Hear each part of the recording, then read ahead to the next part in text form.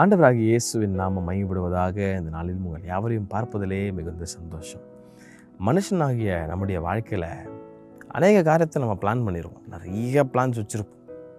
இல்லை ஒரு 6 மாதம் லீவ் வருதுன்னா அந்த 6 மாதத்தில் என்னென்ன ஸ்கெடியூல் போடுவோன்றத எல்லாம் பக்காவாக போட்டு வச்சு, இந்த மாதம் இங்கே போகணும், ஃபேமிலியோட இங்கே போகணும், இந்த ஹோட்டல் போகணும், இந்த இடத்துக்கு போய் சுற்றி பார்க்கணும், நிறையா பிளான்ஸ் வச்சுருவோம். ஆனால் ஒன்று மறந்துடாதேன்னு கர்த்தர் சொல்கிறார்.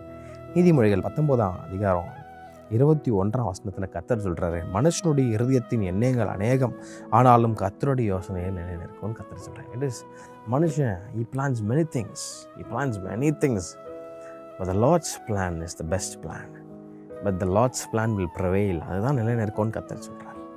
அப்போது நம்ம என்ன பண்ணணும்னா, நம்ம என்ன தான் பிளான் போட்டாலும், என்ன நிறைய காரியத்தை நம்ம மைண்டு உள்ள வச்சுருந்தாலும், அந்த பிளான்ஸ் எல்லாம் கொண்டு போய் கர்த்தர் சமூகத்தில் வச்சு, ஆண்டவரே இப்படிலாம் இருக்குது, உங்களுக்கு சித்தமானதை என் வாழ்க்கையில் செஞ்சு கொடுங்க அப்படின்னு நம்ம கேட்கும்போது, ஆண்டவர் ரொம்ப அழகாக அந்தந்த வழிகளை எதில் போடணும், எதில் என்ன பிளான் பண்ணணும், எப்படிலாம் நடத்தணுன்றது ஆண்டவர் ரொம்ப தெளிவாக ஒரு ஸ்கெடியூல் போட்டு கொடுப்பார்.